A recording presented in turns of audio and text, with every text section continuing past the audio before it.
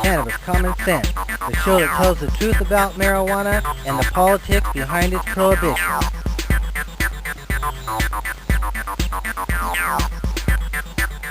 Welcome to another exciting edition of Cannabis Common Sense. We have a great show for you tonight. We have a lady in Denver who's a top cannabis extraction expert and a pioneer and now veteran of Denver's medical and recreational marijuana scene, Murri. Murri will be talking about extracts and cannabis and how she came to be in the position that she's in. So stay tuned for an exciting, vivacious interview there. And then we have hip news coming up. We've had a lot of elections this week. We'll be touching on those that are related to cannabis. So stay tuned, and without further ado, let's bring on our infamous dancing cannabis lead.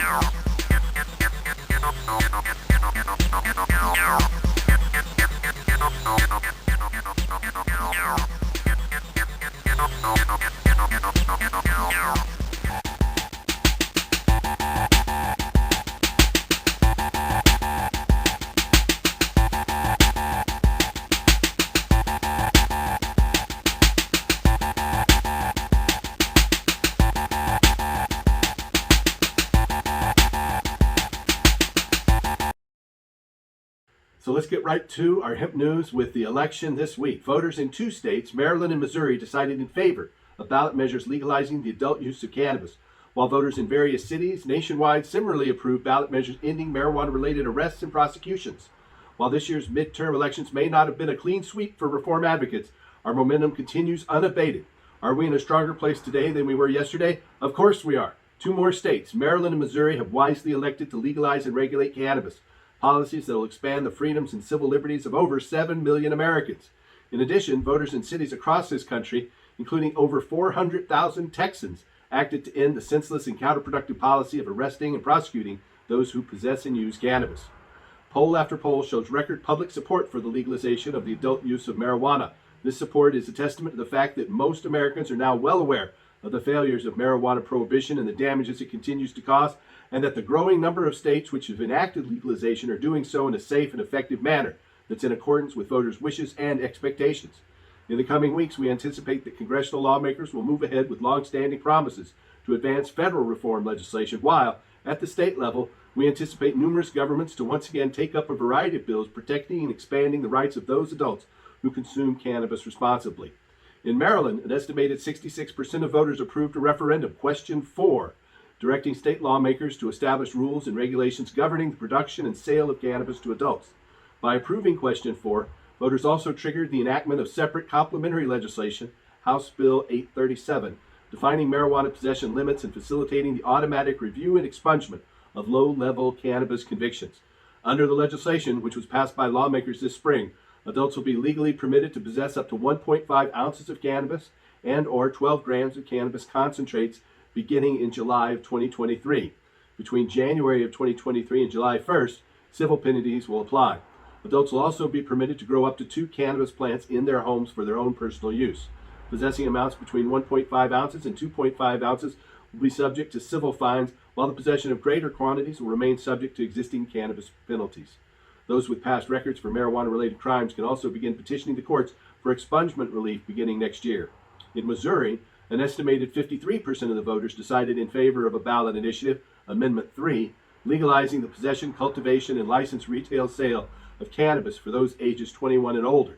Beginning on December 8th of this year, adults will be permitted to possess up to 3 ounces of cannabis and to home cultivate up to 6 flowering plants, 6 immature plants, and 6 plants under 14 inches for their own personal use. It also establishes a program to automatically review and expunge criminal records for eligible nonviolent marijuana-related offenses.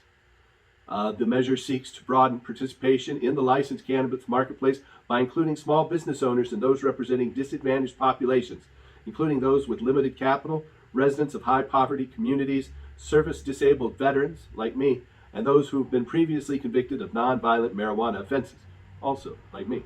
Additionally, the initiative makes some improvements to the state's existing medical marijuana access program. Maryland and Missouri are the 20th and 21st states to adopt adult use legalization. Voters in 3 states, Arkansas, North Dakota, and South Dakota, turned back marijuana legalization measures. In 2 states, the proposal sought to regulate commercial cannabis sales, while South Dakota's measure more narrowly sought to end marijuana-related possession arrests. By contrast, voters in the Texas cities of Denton, Elgin, Harker Heights, Killeen, and San Marcos all voted in support of municipal measures that largely prohibit local police officers from either arresting or citing people for Class A or Class B marijuana misdemeanors. Over 400,000 Texans reside in these cities. In May, voters in the city of Austin, Texas, overwhelmingly approved a similar local ballot measure. Texas leads the nation in marijuana-related arrests. Under state law, the possession of 2 ounces or less of cannabis is defined as a criminal misdemeanor, punishable by up to 180 days in jail and a $2,000 fine. Those arrested are disproportionately African Americans. In addition, voters in 5 Ohio cities, totaling some 30,000 people, similarly passed ballot measures either reducing or eliminating local marijuana possession penalties. Those towns in Ohio include Corning, Helena, Kent, Lauraville, Rushville, and Shawnee. To date, voters in some 24 Ohio towns have enacted similar ordinances. In Rhode Island, voters in 25 of 31 eligible towns voted in favor of measures to allow for the opportunity to have licensed marijuana retail establishments in their towns. In Michigan, voters in numerous towns decided in favor of similar local measures to allow for the retail sale of either medical or adult use cannabis products. So we move onward. That's the end of our hemp news segment for tonight. Now we're going to our interview with Murri. But I want to tell you that if you are a loved one, are trying to find a doctor who can help you qualify or obtain your state's medical marijuana permit, then give us a call. Our number here in Oregon is 503-235-4606. That's 503-235-4606. We will be happy to help you find a doctor in your locality anywhere in America. Just give us a call. Again, that's 503-235-4606. Now we go to our interview with Murri in Denver, Colorado. Stay tuned and help us restore hemp. Good night. All right, I would like to introduce Murri, who is a Denver cannabis hash expert, and you're with Sano Gardens and Mushish Natural Medicine's Analytic Research Lab. It popped on my screen just when you started to say that. So that's good timing. Perfect. So we met because we both were at the Dabadoo and Copa del Sol in Peru just last week. Yes. And, a lot of us were old guys like me and a few other old guys who will remain nameless right now. And I found that we kept turning to you for information and clarification. And, it was, you were the guru there, I think, really. And so tell us, first of all, how you became to be what did you say? You tell people you are? You're a hash and... I make hash and do weed stuff. Yeah. Right. So how did that start for you? Well, I think it's funny that we met in Peru because it's a classic case of like travel around the world to meet your neighbor. Because our careers, it sounds like in what we talked about, really, kind of evolved over the same period of time, and we should have run into each other half a dozen times by now. But I got started in Colorado right before there was medical licensing, which... And that, as I told you, I opened in Colorado in 2005, I believe it was, if memory serves me correctly. And I know up until 2008, we were the only medical clinic that was out there in Colorado, seeing patients everywhere from Durango up to north. North College. So I got started in 2009, basically right after the Cole memo. Cole memo came out, said, that we're unlikely to spend money putting you in jail. And we just, we rented an office space. We opened up a dispensary.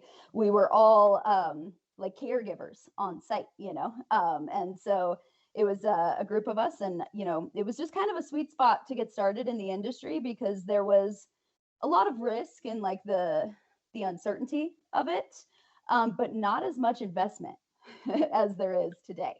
And, if I had to choose between them, I don't know which one is the better choice, but I know at that point in time, at 21 years old, it seemed like a pretty good deal to get in and start just operating under this caregiver model. And we just kind of created our own retail structure before licensing for a little while, because there was like, by that point in 2009, there was maybe like 3 in Denver total, and a couple others that were out there, kind of doing the thing. And a lot of times the doctors would like come into the dispensary and we would just sign people up that day. It was a lot of physical paper, that was stapled together. And so, it was a really interesting place to start in the cannabis industry, because it didn't really matter how much experience you had growing cannabis, or how much experience you had being a natural medicine doctor, or a pain doctor, or how much experience you had being a patient even. We were all just kind of like making rules, or trying to adapt ourselves and our businesses to rules. And so it was like a very creative process. It didn't necessarily always feel that way, but looking back, we had a lot of freedoms to kind of decide where, how we wanted to run our business and what we wanted to prioritize. And so I look back very fondly on those days, because in 2010, we had licensing, and that changed everything. So then vertical integration was imposed upon us. And so I went from, going to school for marketing and being very invested in the patient interaction. Like, I loved my patients who came to my dispensary. My dispensary was up in Eagle Vale. So we had like our little mountain community, and my patients that I saw every week, every other week, like, I knew everyone by name. I still know most of them by name, it was a very personal experience and a very social one for a really long time. And then with licensing, we had that vertical art, integration, where we had to then start growing it all ourselves. And then we had to start producing anything we wanted to sell ourselves. And that was a big change. I didn't come from growing cannabis, and I didn't come from making hash. I came from smoking cannabis and smoking hash. And I, was really interested in all of the research and all of the legal applications for cannabis, because I grew up Mormon. So I had not only been told the lies of, reefer madness, but I had been told them by people who don't even drink alcohol. So they're in a better position than most to give you, that, that just say no sort of perspective, because they've done it, they've been just saying no. And so for me to get to experience like real people changing their lives with cannabis, real people curing their illnesses, I don't want the FDA to come after this show, but like, I've seen cannabis really save people's lives a number of times, and it was really exciting. And so when the integration came into play, I had this great opportunity to go and learn everything. And by great opportunity, I mean, I was forced to spend all of the money we'd made and invest heavily in it, and, fail a couple times over to figure it out. But I just started so long ago and started so early that I got that grace period to kind of figure out what I liked, figure out what I wanted, figure out what was important to me and important to the community that I wanted around me regarding cannabis. And then when the licensing came, it was a bit of a scramble, but I really did get to kind of choose the direction of my career. And once I got into the lab, by about 2011, I was done with retail. I was obsessed with the lab. It was so much fun. I do still, miss those early days of my patients. We were open every Christmas, and I loved, having people come in for their Christmas joint.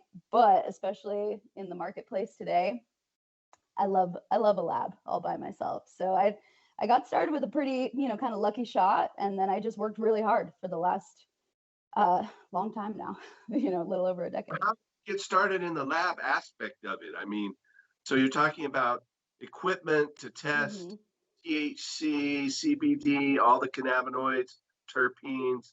I take it also insect. Contaminants of all kinds. So I started on the non-analytical side first, actually, because we didn't even have analytical testing until basically recreational. There was a few labs that weren't licensed or overseen by anyone that could give you like a potency test, but it was a really long time before anyone in medical cannabis, especially in Colorado, really paid attention to pesticide testing or mold or any of those dangers. So the lab for me started with just like a clean, dedicated space to make hash in, or a clean actual commercial kitchen to make the gummies in. It started on that simplest level of like starting a business that, manufactures products for human consumption. But then inevitably, once you start making all this hash and putting it into these gummies, my first edibles, it was a product line called Daisies, and we had regular strength and extra strength. And the what way milligrams of THC were in those, or you just we couldn't test, and so I didn't like that. I love data. So what we would do is we'd put the same number of grams into each batch, and we'd make a big batch, and then we all go home and we eat one, and we decide if it's regular or stronger than usual. It was not very precise, but that's how we handled it for the first like 2 years. And by about 3 years in, we had like Full Spectrum Labs, which was open for a short time and then closed, and then Can Labs, and a couple of other people started popping up. But even then, it was really just potency. And so inevitably, if you cared a lot about that analytical data, you had to do it yourself. So my interest really was in making the hash, making the products that people consume. But in order to run that business effectively, you find out real quick that you're wasting money if you're just putting the same amount of hash into every batch, regardless of how potent it is. You find out real quick that you're not doing a service to the patients when it's inconsistent like that, especially if they get used to higher batches and then you start sourcing from a new garden and, everything changes. So, just the nature of running the business, let alone the fascinating science aspect of it, just to run your business effectively, you really need to be able to test for these things. And especially once recreational started to present itself as a legitimate possibility, which feels like it happened really fast for me when I look back, to go from a licensed medical business and then real quickly just saying, all right, it's rec now. That short little gap really changed the market in terms of extracts. We started seeing concentrates blow up, and this was like the very early days of vape cartridges too. Like, we still really didn't see many vape cartridges on the scene. The few that we did were CO2 products. People still weren't even really aware of distillate yet. So it was very early in, the marketing of new products and the development of new products. And if you wanted to make them and make them consistently, especially with all these different input sources, it wasn't us and our two favorite growers anymore. It was our one favorite grower who could get through licensing, and then everyone else that we had to buy wholesale from. We ended up with just this need to be able to adapt and measure ourselves. And so it just led to a lot of development of internal testing, as well as pushing for and supporting all of those third-party analytics, because in my own lab I'm testing for potency and terpene content and residual solvents, because those are things that I want to be able to affect. But when it comes to like pesticide testing, for example, or even heavy metal and mold testing, those are pretty, pretty heavy workloads, and each of them requires a different piece of equipment. And each of those pieces of equipment is, $100,000 plus. And so, so those things happen offsite for cannabis, and we just rely on, good partnerships with grows to make sure that we're never failing those tests. And then we test for everything that I can have an impact on within the lab, something like potency that I could raise or lower, something like terpene content that I could preserve or lose or, adjust. And so a lot of what we do internally now is very quality control oriented, more so than compliance, because we still, even if I test for potency in-house or residual solvents in-house, we still got to do it again third party when it goes out. So it's a lot more redundant than it used to be. But it started with, like, if I wanted to know, I had to be the one to go find out. That's yourself, right? Exactly. And so you're still making edibles. And how did you start making hash? Did you do that when it was just medical? Did you start it was dabbing craze?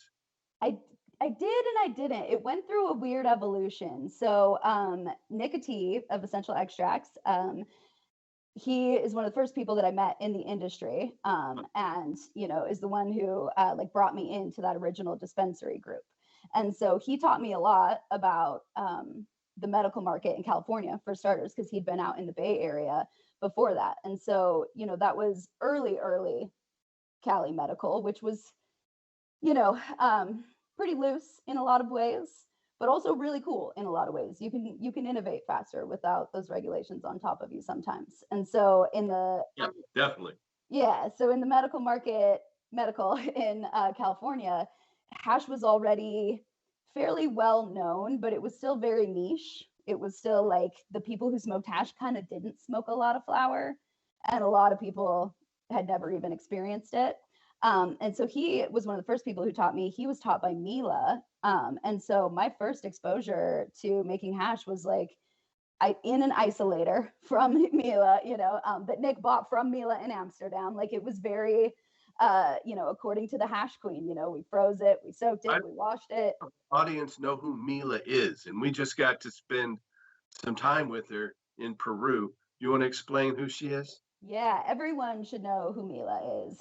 Mila is one of those characters that she's so cool that she always kind of ends up in the background of the spotlight, I feel, in a lot of these cannabis stories, because she's been in the background behind all of these other like big figureheads that we know about. Like everyone knows Ed and everyone knows Jack and everyone, you know what I mean? Like there's a lot of these famous people, and especially in America, in the scene, but a lot of people don't know about like the old days of the Amsterdam legalization and just the way that it evolved in Europe. But Mila has been there for all of it, and she's been traveling Europe and and India for decades before I was born, let alone knew anything about cannabis or hash. And so I look up to her a lot because similarly, she recognized at a moment in her life that like, if I want this process to be better, I'm going to have to do it. If I want the tools that I use for this process to work for me, I'm going to have to develop it. And so Mila was behind a lot of technological advancement, like decades before you would have ever used the word technology. So, just the idea of putting your hash in a washer to drain it, like that's Mila, compared to just, a stick and a bowl or a bucket, and she also brought the pollinator to market. So she was, I think one of the first to really provide that like in between option for someone who's growing enough to be able to invest in the tools to make a good amount of hash. And those products came to market, and she was just making fire hash the whole time too. So that helps. But she really, I should say Mila is Mila Janssen in Amsterdam. Her most famous company is the Pollinator, which is a sifting machine to make hash. And she's been using those machines, I think, since the 80s. But she first got involved when cannabis started to be allowed in Amsterdam. It's not really legal, but the police turn the other way unless they need a big bribe or something. But she is known now as the hash queen, and she goes around the world doing these dabadoo tours and that's where we met her, in Peru, and I think she's in Mexico now, and I think I'm going to see her again next week in 2 weeks in Medellin, Colombia, with Caro and Gato or Andres. And so we're looking forward to that. But I just wanted to put in a little plug for her. We'll have her on the show after Christmas once she gets back from her Dabadoo tour. She's a fascinating person to interview. She's got so many stories that I'm like, I can't believe that she was there, she's one of those like people from history that's still here that I'm like, oh my gosh, like she's the one, because literally the way that she made hash and the way that she taught Nick to make hash is the way that I was taught, and so I didn't get to meet her until 2020 in Spain. I was supposed to go to Dabadoo in Spain, and then it was 2020. A lot of things didn't work out like they were supposed to that year, but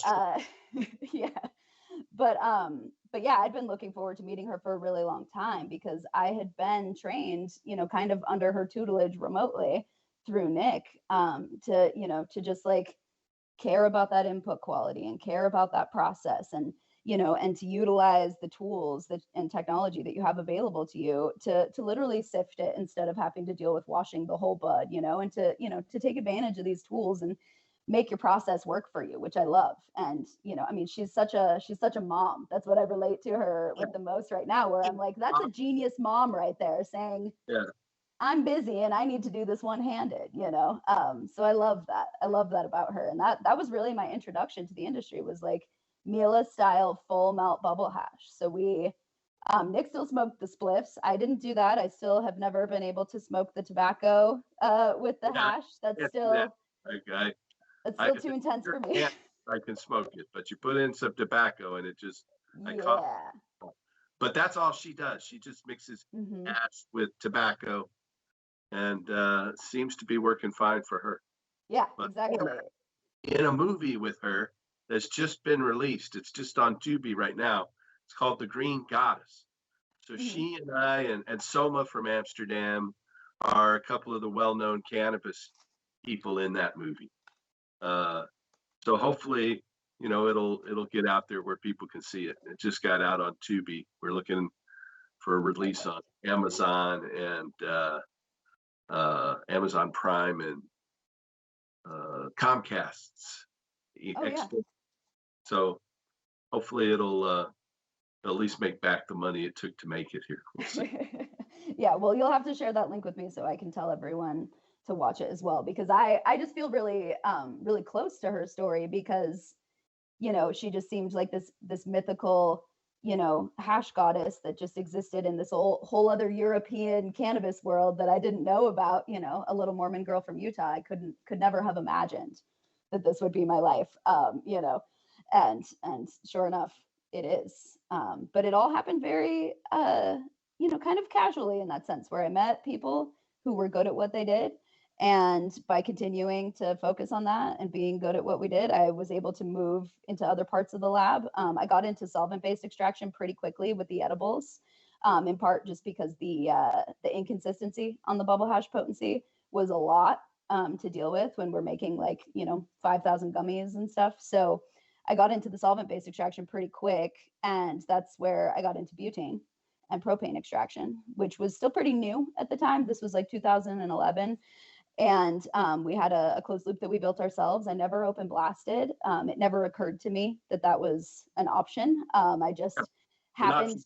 Load, Yeah, I just happened to know the right people. I knew people who had done CO2 extraction before, and so they just came to it with this other approach, kind of like meeting Nick, and he's like, you just put it in a washer. Why wouldn't you control the washing for your bubble hash, And so similarly, I knew these guys, and they're like, of course, you enclose it in a whole bunch of stainless steel and keep it nice and safe. And so we had a homemade closed loop. And then pretty quickly with rec, there was requirements from the state to have everything be certified. And so through that, I started working with Extraction Tech, and they were one of the first ones to have a certified system in the country, frankly, and one of only two companies that held that certification for several years here in Colorado. And so, just having, again, just kind of started early and started before the requirements were there so that I could make enough money to afford the compliance when it hit. I was able to get involved in, the butane and propane extraction really early. And I've just loved it. I've loved every part of it from, the early days when it was still a little sketchy, but I got to learn a lot, to right now when I'm designing bigger systems, and it's, much more about like automation and workflow. But it's one of my favorite things. I love it. It's very satisfying to be able to have an idea and then have a physical manifestation of your idea like that day. You just get a lot of instant gratification out of extraction. All right. So when you use that extraction, do you sell it individually, or do you just put it into edibles or into other products? So at Sano Gardens, we are medical and rec, and we do everything that we sell has to go to a dispensary in its final packaging. And so that means individual grams for all of the stuff that's intended to be dabbed. And we don't do food at our current lab. Instead, we do a nano emulsion powder that you can then put into whatever food you want. And so that's really the only product that we sell in bulk, because now that can be sold to, say, someone else who wants to make gummies. And instead of having to mix distillate into their water and corn syrup blend, they can add a water soluble emulsion to it, and it'll control for that homogeneity as well as the potency in a little bit more controlled way. So we really focus on just the concentrates, and we do everything except CO2. Basically, we've got a little bit of everything. Some of the processes, like the alcohol extraction and purification, that's just monetizing a waste stream. So, no cannabinoids go down the drain. Every jar we wash, those cannabinoids get collected, recovered, the alcohol gets saved and reused, and the cannabinoids get distilled and reused. So we've got, kind of a product for every place that we might accidentally find a cannabinoid lying around. Yeah. So you make FICO with the alcohol distillate? I mean, alcohol. It would start out as more of a FICO for sure, because we'll just use a food grade alcohol to clean with, and then that mixture gets saved. But then usually it is getting distilled to just pure D9, just to meet the scale. So it'll all get built together. It'll be a pretty, crazy mixture at first, because we'll have like little bits of keef and little bits of isolate and whatever's floating around the lab in there. Do you use ethanol, or do you use food grade isopropyl alcohol? So I prefer the ethanol whenever I can. We're distilling it all. So even with isopropyl, we could distill most of the compounds that you don't want in there out. But the ethanol is a little bit better for winterization. And so just to make sure that we're using as few different solvents as possible, I prefer to start with the ethanol, because the isopropyl, even at high purity, is just going to take on a lot more water. All alcohol will, but the isopropyl tends to not be as recyclable, at least as easily. It's pretty easy to redistill our ethanol and get that high purity again, but the isopropyl tends to be a little bit more stubborn, especially depending on where you get it. So winterization is the process of basically separating components from a mixture by getting it cold. And so you'll start with a mixture that's totally homogeneous. Think about, like, if you're mixing hot chocolate, you would start with it kind of warm to get it to all dissolve.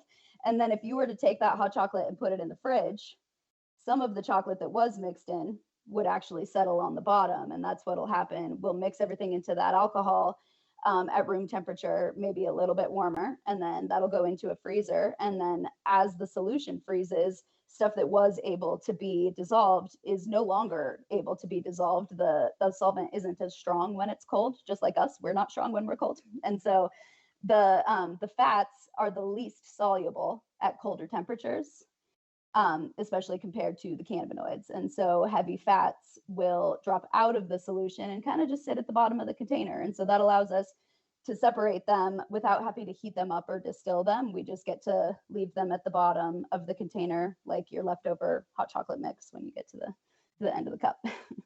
Good analogy. I appreciate that. So what are your main businesses today? You say the granular extract, and you're not making gummies, but you're making hash. What's the difference between the medical market and the recreational market when it comes to packaging and producing in Colorado? Taxes mostly. So the rules in Colorado have been real messy and unfortunate for medical, because I think it's that way everywhere. Yeah, that's bad news, but I'm sure that's true. And it's a bummer, because the money behind rec and the publicity behind it did help push us in a direction that got us more testing. Like, we wouldn't have pesticide or heavy metal or mold testing if it wasn't for the money that came with recreational. And we had all of that in rec before we had it for medical. So historically, I would say over the past 5 years, the biggest difference between rec and med is that the testing requirements would be different. So, for a long time, there was no pesticide testing required for medical products, but it was required for rec products. For a long time, there was no heavy metal testing required for one side, and it was for the other. So there was a lot of that, like, just kind of disconnect of, like, a slow catching up from the medical rules that were as old as 2010 and the rec rules that were as new as 2014. And so that was one of the biggest differences. Besides that, it's an entirely different inventory tracking system, which means it's a lot of data entry and opportunities for data errors. So, when you're when you're making the sticker for a gram, for example, most of your anxiety comes from making sure all your license numbers are correct, because those are the things that you're really held accountable for. And so a lot of it really is just a different license number or a different back-end compliance, a different back-end sticker that it came from. The product itself is being made by the same people in the same lab, and so there isn't a huge difference, except that because the medical market has been struggling for so long, there's less medical material available, and the batch sizes that are available, versus the diversity of the product, we're really having to make a lot of compromises between, do I want to get a big batch that's cost effective, or do I want to get several different flavors so that a consumer has options? And, with more medical gardens closing and more stores not choosing to renew their medical licenses, the ability to keep putting out a medical product is really hard in Colorado. Most of the reason that we still do it is, I think, out of stubbornness, because there isn't a good like economic reason for the market, other than I believe in it, and maybe only because I was there early on and I've got this sentimental attachment to it. But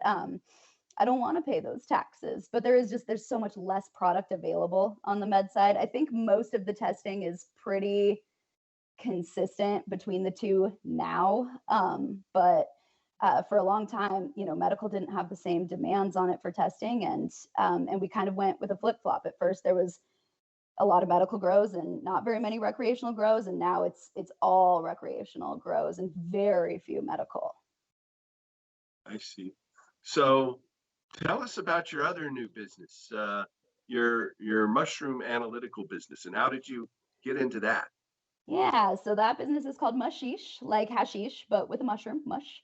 And I got into that, I think probably for the same reasons that I got into cannabis, was that like I had an interest, I had a desire or a demand, and I had questions, and I just wasn't going to get answers to any of those unless I went and did it myself. So, I've been a huge fan of psychedelic medicine for a long time. And definitely mushrooms have been kind of at the top of my list of like other therapeutic drugs that I really like. And I feel really strongly about Denver. Denver was the Yeah. first city to allow mushroom therapy. As you probably know, Oregon, we voted in favor of it, though it hasn't really gone into effect here in Oregon. Right. It's supposed to go into effect in January Yeah. after a long school promulgation period. Right. Plenty of note taking and rule writing to go for them. But yeah, I happened to kind of be in the right place at the right time. And so I've been an avid user of mushrooms as medicine for a long time. Even like right back before my son was born, I was using like turkey tail and cordyceps and a lot of the functional medicinal mushrooms for, treating other illnesses. I've got a blood clotting disorder, and some of those mushrooms are great for, thinning blood. And, there's just a lot of really cool medicine in the mushroom world. And I've always been a huge user of it and consumer of that. But, after the past, 10 years of watching cannabis, it's like, I can't tell you how many grams of hash, units of edibles, ounces of cannabis I sold before I ever once saw a potency test, let alone a pesticide test, let alone a heavy metals test. And I had really good intentions back then, but I didn't know any better. And I probably sold product that I wouldn't sell today. And I think about that a lot. And so when I look at mushrooms as this developing culture, I see the same type of patterns. So, we did start with decriminalization in Denver, which I love. Decriminalization is, in my opinion, the best first step any city can make, is to just apologize for, arresting us and putting us in jail and decriminalize. Let's just start there. And then we can work on the science, and we can work on the research, and we can work on a structure, that benefits the community. And when it comes to mushrooms, I feel really strongly that there's a lot of, safety testing that we should be looking at. I also feel pretty strongly that a lot of the potency testing that we're likely to end up with in Oregon, for example, and the places where they're really trying to pursue some of these products. Like I look at like natural ketamine therapies and stuff that are available today, and the way that they approach it and the dosing, they're doing the research on the legal current customer. You know, we don't have the research yet. And I love research. I really want us to have it. I want us to get it.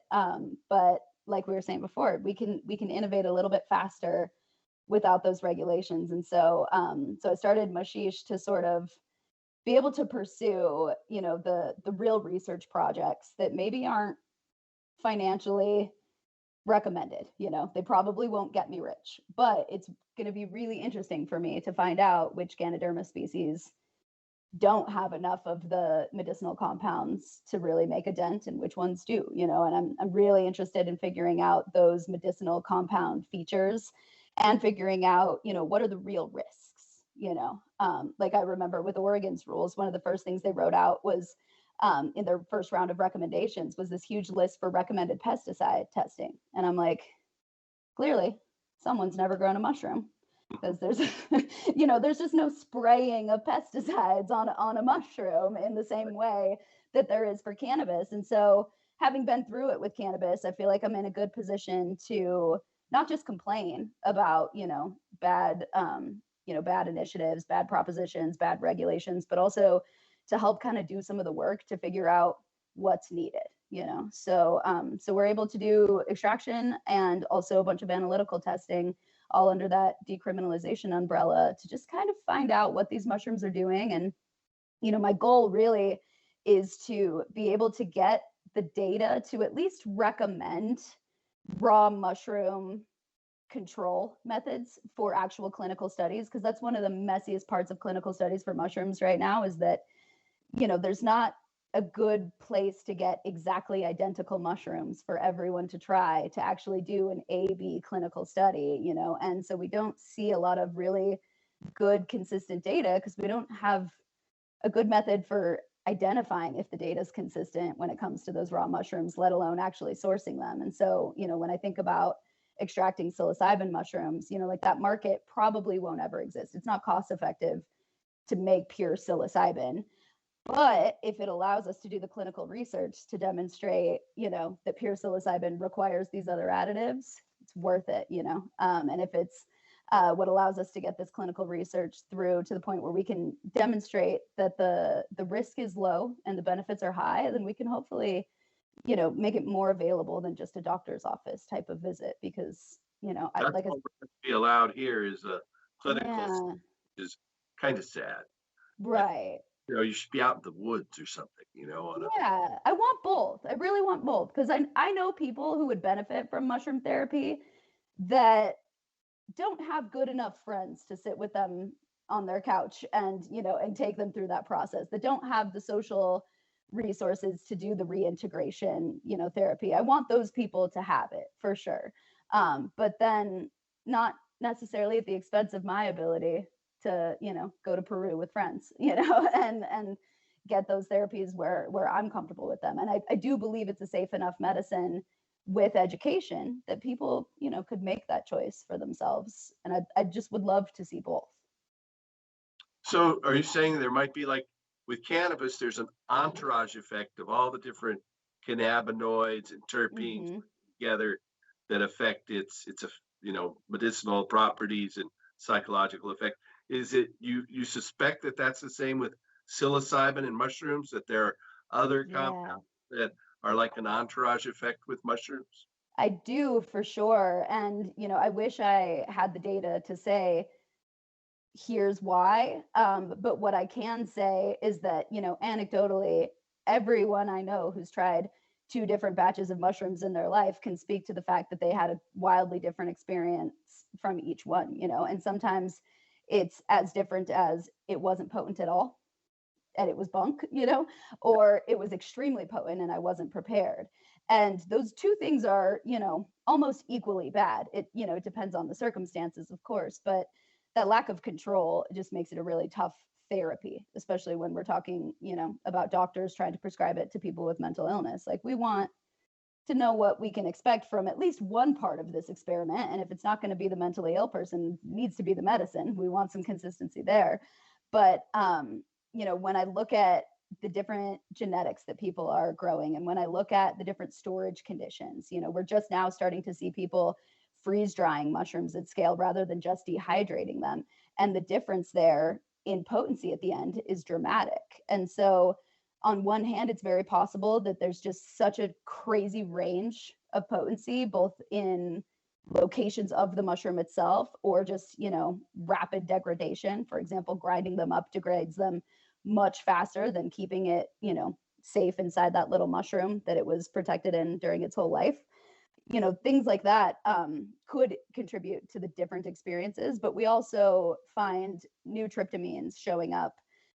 And what's tricky about testing is you only see what you're looking for. So we have to look for it to find it, which is the fun part. It's the creative part. But it is where the pressure comes in is, if we're looking at, trying to find, different types of, molecules within those mushrooms, some of those are going to be a better fit for your serotonin receptor than others. And so it might be another tryptamine that you need in there that makes it, much stronger or much more time release, for example. But it could also be other compounds entirely. When we look at the medicinal mushrooms, it's a lot of triterpenoids, and they just happen to kind of only exist in certain mushrooms, which is so fancy and so specific that I'm like, nature is telling us something important. When you're talking, are you mainly dealing with cubensis mushrooms, which is mainly what people grow? Back in the 80s, I went to Evergreen State College in the early to mid 80s, which was a real center of mycology. I got to meet Paul Stamets and Jonathan Ott, and I still have my autographed copies of their books from way back when. I have what I call my year of the mushroom, but I picked a lot. My favorite were cyanescents. Yeah. That taste really good compared to most of the others out there. The cubensis is definitely the popular one. And with laws like what's happening in Oregon, where they're saying only cubensis, that's going to lead to more of the same, I think. But even in like, for example, Florida and some of those like D8 CBD markets, you're seeing a lot of Amanita mushroom products out there. And those can make you real sick. Yeah, they don't have psilocybin at all. They don't, but they have a couple molecules that can be classified as maybe a little bit psychedelic. My old friend Jack Hare always ranted and raved about Amanita mushrooms. Yeah, the people who love them. Saying he was going to write a book about them, and he talked about them from when I first met him, before he'd actually written The Emperor Wears No Clothes. He would go off on long, specific rants, often based on the work of Gordon Wasson and others in the field way back when. But yeah, and that's where I feel like there's plenty of really great scientists on the job somewhere, most likely in Israel, who are out there, testing the hell out of just psilocybin or just psilocin or just 4-ACO-DMT. And they're doing the work to see if these isolates matter or not. Where I kind of see my role in this is that like I'm on the ground, with exposure to just all these different types of mushrooms in different, growing methods, different, storage conditions, different. In Colorado, you're not limited just to cubensis the way. No, because it's just decriminalized. So you can't really monetize it yet. You're not allowed to sell it, but if you have it, you can have it. And so yeah, and that's really important when you think about like, genetics and developing, and seeking out these other compounds. If we find out that a little bit of arganeocin is really important, now I want to pursue that. And to be able to do the work to grow these different genetics, you need the freedom to be able to have a bunch of tubs, and that's hard to do in an illegal environment. And it's even harder to do in a licensed environment because you really can't have new ideas after you've gotten started in that licensed environment. It becomes hard to take risks that may not be as financially secure. And so, I see this huge opportunity to just study other minor compounds and really just accumulate the data. Like I tell every lab that I meet, like if you could just put every test result for every strain you've ever tested in a database online and just sort it, just strain name, date, and the test results. If we could get that from every lab that's been testing for the past, 5 years in these rec states, we could get enough data to find trends in that data. And that would be really cool. And I think that, in a lot of ways, we need that scope of like just a ton of real world data to really get the answer. Your breeder who, designed the seeds, giving you their potency testing on their one batch that they flowered, just doesn't really mean that your batch is going to come out at 24 to 28%, And so I see this huge opportunity with mushrooms to really just see what's in them commonly and what does it look like when they're stored, so that hopefully when we get to the legalization, I'll have data that says you're losing over half your potency in 9 months. So all these expiration dates need to be reeled in because things aren't good for a year. Or maybe I'll find that under certain packaging conditions, they are. But right now, those rules are literally being written for the state of Oregon, and that data exists nowhere. They're just saying do a shelf stability study. Ask somebody. And so I'm trying to ask myself while I can and really figure out what's going on. Because personally, when I microdose, I add a lot of those other medicinal mushrooms to it every time. They help with the stomach upset. They are really good for making sure that you metabolize it all the way so that you don't have this like really delayed onset, and I really love being able to kind of make those cocktails. I don't know if it's as much of an entourage effect as, the real chemical synergy that's going on in cannabis, but I am pretty confident that we don't know enough about mushrooms in general to assume there isn't something important at play there, because certain genetics are just extremely different from others, and it's fascinating, but it's hard. It's a hard medicine. I should tell our audience that if you haven't seen this movie, it's on Netflix. For if you have a subscription, it's called Fantastic Fungi. It Yes. will open your eyes to the world of mushrooms in a very fascinating way. So look for that movie. So we're almost out of time, Murphy. What do you see next for your cannabis-based businesses? Well, as you may have noticed, I am traveling as much as I can now. Again, I had just started doing a lot of international stuff right before 2020, and then of course had to stay home for a little while. So it took a minute to get my travel legs back. But I really do have a lot of interest in, seeing what I can do to help other people in other countries just beat that learning curve, because in the States, each state is legalizing and then making the same mistakes, taking the same 2.5 years to get their regulations together, getting the same backlog of licenses, and then getting the same we ran out of weed day one of sales. It's like the same pattern over and over. And I wish I could have, been more effective at helping people break that curve in the States. But I think, internationally, especially, in some of these smaller countries, they're in a really good position to be the forefront of the industry today. When people want to get a job in the industry, I always tell them, you don't need to go back and learn everything that we did before. Most of the things I did the first 5 years of my career were wrong. And I didn't find out until the next 5 years of my career, So really, I love the idea of getting out there internationally and helping kind of spread the basic education of where we are now, because what you'll find is that the lack of knowledge that happens between California and Oregon is pretty short. Oregon's going to find out pretty soon after California, or vice versa. But then you go all the way to Kansas and they've never heard of that. Someone in Kansas is just learning about sativa indica right now. They're still smoking Mexican brick. Yeah. And they're they've still got 3 years before they're going to find out sativa indica doesn't mean anything. And they think they're at the front of the knowledge, So I want to be able to get to other places and say, by the way, here's the things we were wrong about. And let's start today with what you can do better than us and what you can do differently. Because I think we've created some bad habits in some of our early rec states that we could fix. And I really want to be able to kind of see, I always said what I wanted out of consulting was to be able to get fire weed anywhere I go without having to bring it with me.